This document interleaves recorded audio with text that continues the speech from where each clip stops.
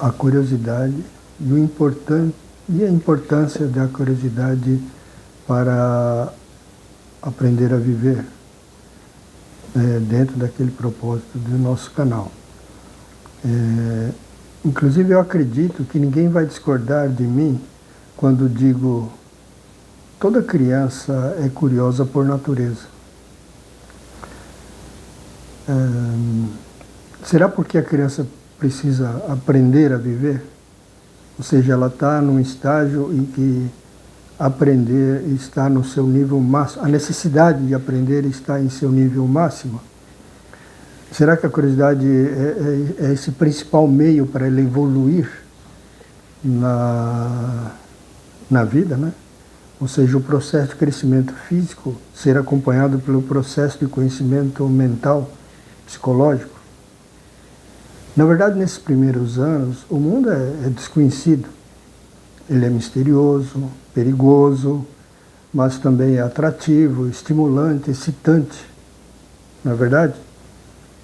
É fácil perceber que a intensidade desse dom pode variar. Que tem crianças mais curiosas que o normal, principalmente na percepção dos adultos. De qualquer forma, ser curioso é uma característica do ser humano e até de muitos animais na natureza. É fácil perceber isso, na verdade?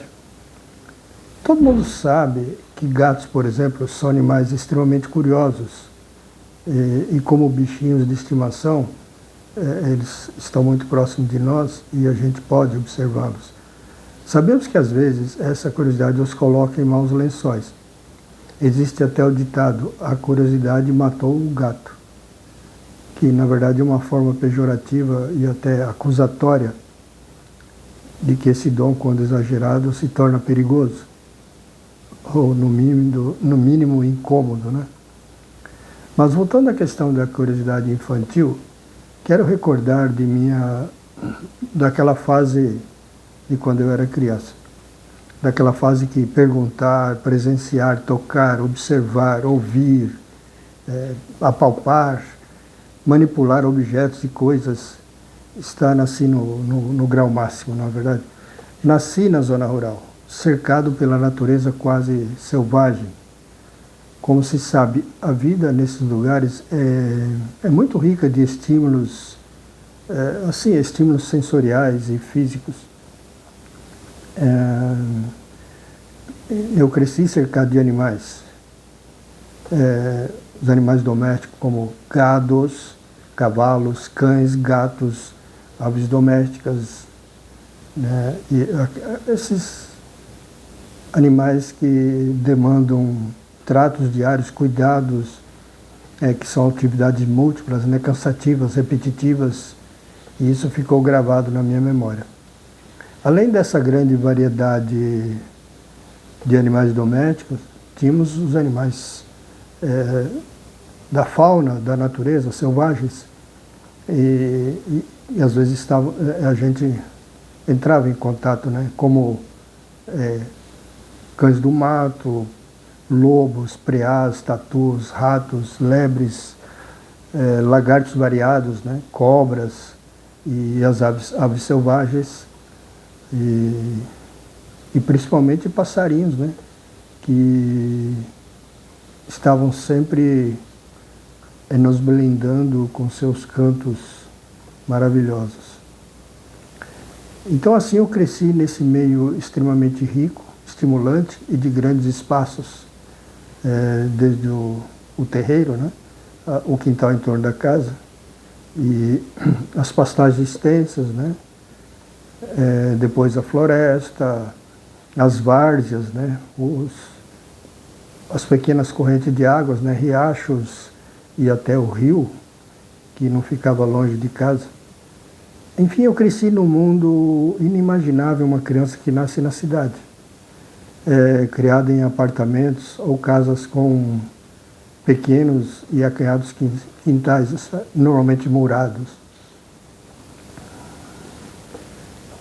Nesse mundo no qual cresci, os estímulos sensoriais são tão intensos que desenvolver a curiosidade por tudo e qualquer coisa é uma questão quase que forçada e necessária. Mas usar a curiosidade para entender mais do que as aparências, né? Mais do que aqueles fenômenos imediatos, mas sim conhecer em profundidade tudo que afeta os nossos olhos, os nossos sensos de modo geral, né? Nossos sentidos de modo geral. Conhecer em profundidade já é uma coisa não muito comum.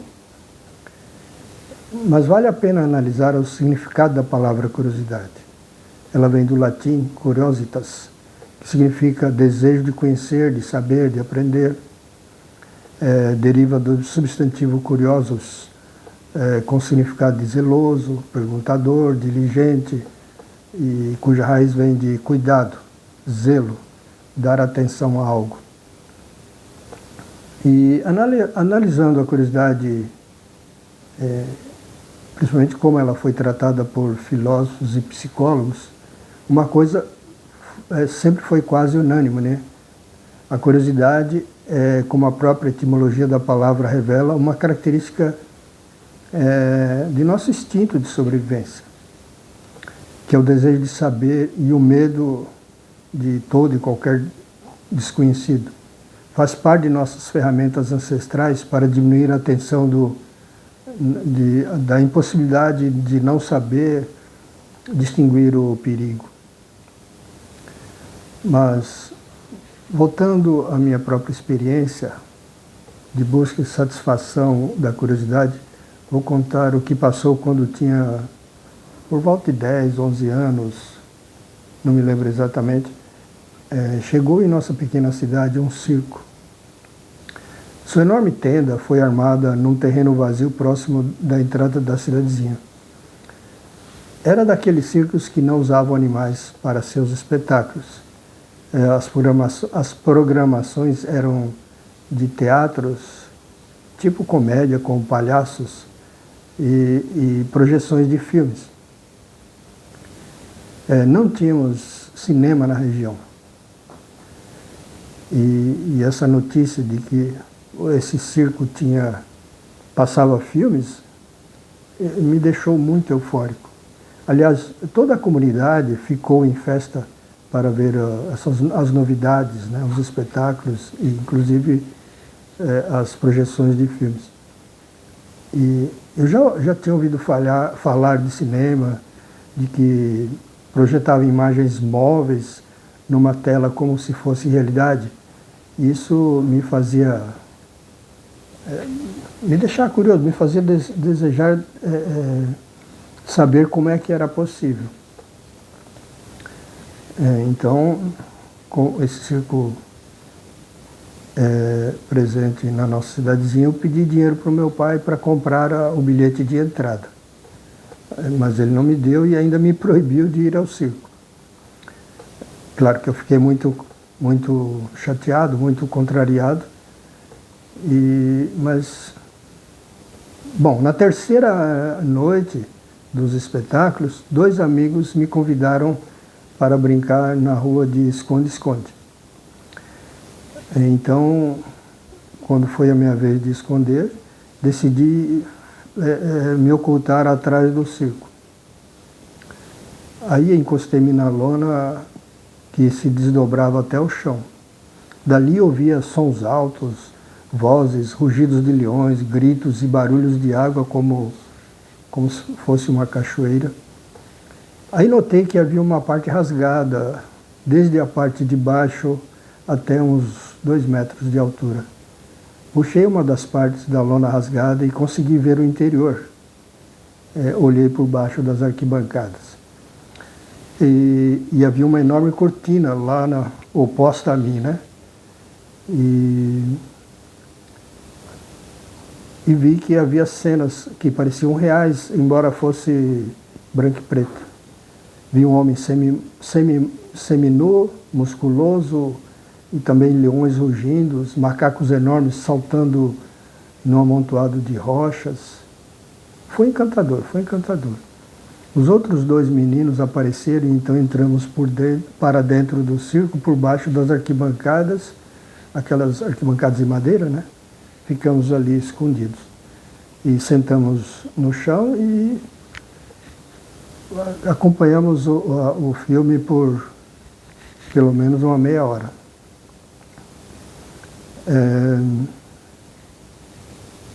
E até, na verdade até o fim, acompanhamos o filme até o fim. Depois um palhaço entrou no palco e começou a fazer piadas que faziam todo o povo rir. Mas foi assim que fiquei sabendo da história de Tarzan, o Rei dos Macacos. E foi assim meu primeiro contato com o cinema. O cinema passou a ser uma de minhas grandes paixões, né? 2 ou 3 anos depois, mudamos para uma cidade maior e lá havia uma sala de cinema no centro. Todos os domingos tinha matinês, normalmente às 2 horas da tarde, e atraía uma multidão de crianças e adolescentes. Comecei a procurar pequenos serviços, tanto na roça quanto na cidade, serviços que me rendiam algum dinheiro, e com o que eu ganhava, eu pagava a entrada para poder ir ao cinema assistir filmes.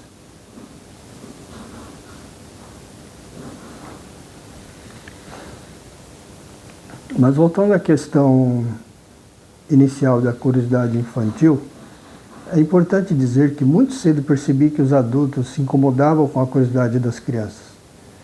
Meu pai mesmo repetia coisa tipo assim: deixa de ser curioso, guri. Ouvi um pai vizinho dizer ao filho: essa curiosidade me incomoda, não me amole. Eu não sentia, nem percebia nenhum incentivo para que eu aproveitasse a curiosidade para aprender. Via e notava isso nas outras famílias também. Muitas vezes sentia que havia um verdadeiro complô contra a curiosidade infantil, o que é uma coisa lamentável, né? A forma que encontrei para aprofundar no tema foi pesquisar filósofos, psicólogos, sociólogos, etc. Desejava saber sobre a importância da curiosidade na evolução mental, tanto da criança, do adolescente, quanto do adulto. Então eu fiquei sabendo que desde os antigos gregos a gente encontra relatos sobre a importância dessa qualidade do ser humano. Por exemplo, o filósofo grego Heráclito, que viveu entre 535 e 475 a.C., ou seja, há mais de 2.500 anos, foi um dos primeiros sábios a ressaltar a importância da curiosidade. E ele dividia ela em vulgar e a curiosidade que buscava o logos, que era a razão, o conhecimento mais profundo das coisas. Heráclito condenava o acúmulo desordenado de saberes superficiais, né? Sem a compreensão, sem aquela compreensão racional das coisas. Sócrates, né? Praticamente um século depois de Heráclito, falava, como anotou Platão, seu principal discípulo, que a curiosidade era mais que uma forma de passar o tempo. Era o princípio de todo conhecimento, de todo aprendizado. Era aquele sentimento gerado pela admiração, pelo fascínio pela natureza. E Sócrates fazia questão de diferenciar curiosidade de arrogância intelectual. Para Sócrates, ser sábio é ser humilde. Ficou célebre a sua expressão: não sei, só sei que nada sei. A curiosidade só fazia sentido para Sócrates quando era ativa, quando não aceitava qualquer resposta, mas questionava tudo, inclusive a si mesmo. Para ele, o autoexame, ou seja, a busca de autoconhecimento, era a chave para a conquista da sabedoria de viver. Mais de 2000 anos depois, Nietzsche, o filósofo alemão do século XIX, ainda destacava a diferença entre a curiosidade superficial da curiosidade que busca saberes, que procura expandir o horizonte de conhecimento. Era a curiosidade dos espíritos livres, como Nietzsche gostava de dizer. Dos espíritos com coragem para romper dogmas, quebrar barreiras de crenças e assim instituir novos valores. Também gostei muito da forma como o filósofo chinês Lin Yutang definia a curiosidade. Era uma definição bastante curiosa e diferente, que para ele era a curiosidade, a eterna curiosidade da criança, lúdica, irresponsável, traquina, aquela de quem nunca perdeu o espírito infantil de ingenuidade, vagabundagem, despreocupação. Ser curioso para Yutang é ter a alma livre, assim como definia Nietzsche. Emendava que precisamos ler livros, mas nunca esquecer de ler a vida real, a vida do nosso cotidiano, e entender como ela é e não como ela deveria ser. No campo da psicologia, os pesquisadores costumam dividir a curiosidade em tipos. Por exemplo, o professor Todd Kashdan, da George Mason University, dividia em 5 tipos. Dividia a curiosidade em 5 tipos. Na verdade, Kashdan é atualmente um dos maiores estudiosos do papel da curiosidade na vida humana.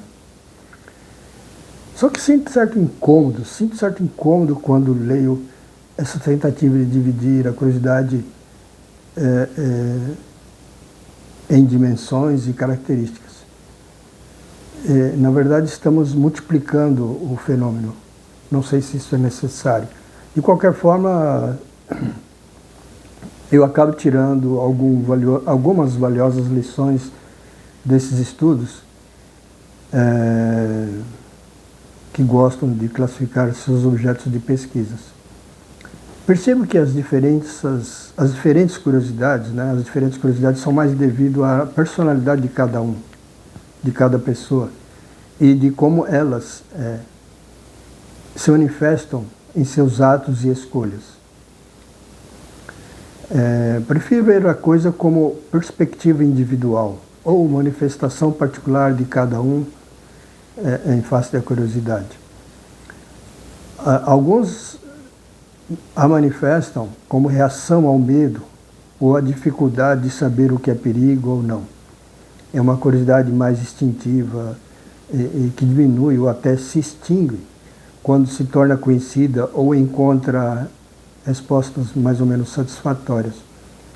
Outros encontram prazer em aprender, em descobrir novas explicações de fenômenos desconhecidos. Kashdan fala da curiosidade social, daquelas pessoas que gostam de pesquisar outros, de tornar pessoas desconhecidas em conhecidas, de ouvir confidências pessoais ou confissões particulares. Penso que essa curiosidade social, como diz Kashdan, pode estar na raiz daquela busca por heróis, por mestres, por sábios do passado ou mesmo do presente, procurar por aqueles que estudaram a alma humana e a interpretaram de sua maneira. Ser discípulos de grandes filósofos é não uma maneira de usar só a curiosidade, mas também pelo menos no meu caso, foi um meio de encurtar caminho para a busca da verdade. Vejo também aquela curiosidade de aventura, de produzir adrenalina, de experimentar novas emoções, Essa pode ser a curiosidade do aventureiro, do buscador de novos horizontes ou desafios e que sempre envolve alguma dose de perigo. Ainda alguns são dominados pela curiosidade de conhecer, de saber como as coisas funcionam, do porquê os fenômenos naturais ou humanos são dessa ou daquela maneira. A curiosidade de desejar resolver problemas, de descobrir novos usos ou novas funções. Pode ser os inventores, os cientistas, os polímatas, né? Os polímatas, aqueles que acumulam vasto conhecimento, normalmente não superficial, mas com profundidade. Enfim, acredito que existem tantas curiosidades quanto pessoas no mundo. Gosto muito daquela expressão de Nietzsche, que dizia tipo assim, ter sede de conhecimento. Na verdade, inspirado em Nietzsche, desejei ainda jovem buscar conhecimentos assim, como se fosse um cientista que pesquisa a vida e pesquisa o mundo com rigor mesmo, com a mente livre, praticando uma postura cética, crítica, prudente e submetendo tudo ao contraditório, evitando os vieses muitas vezes ocultos. Minha curiosidade sempre surge quando sinto que não sei alguma coisa, quando sinto que estou naquele estado de ignorância, e que é sempre um estado um tanto incômodo. Nessa condição, compreendo que só posso pôr em ação a curiosidade só quando eu posso pôr a curiosidade em ação é que tenho a chance de alterar o estado de ignorância e conseguir aprender alguma coisa útil ou interessante. Na verdade, me convenci que a curiosidade era a chave para a conquista e o acúmulo orgânico, profundo, de conhecimentos. De qualquer forma, meu objetivo principal sempre foi o da necessidade de aprender a viver com sabedoria. Inicialmente desejava não cometer enganos que me prejudicassem, mas também queria não ser enganado pelos outros, né? Nem ser ingenuamente manipulado por marqueteiros, comerciantes, religiosos ou políticos, etc. Nada me angustiava mais do que sofrer arrependimentos também, seja nas minhas falas, seja nas escolhas ou, claro, nas não escolhas. Quando eu podia ter feito uma escolha e por dúvida, medo ou hesitação eu não fiz. Resumindo, eu não desejava viver eternamente quebrando a cabeça.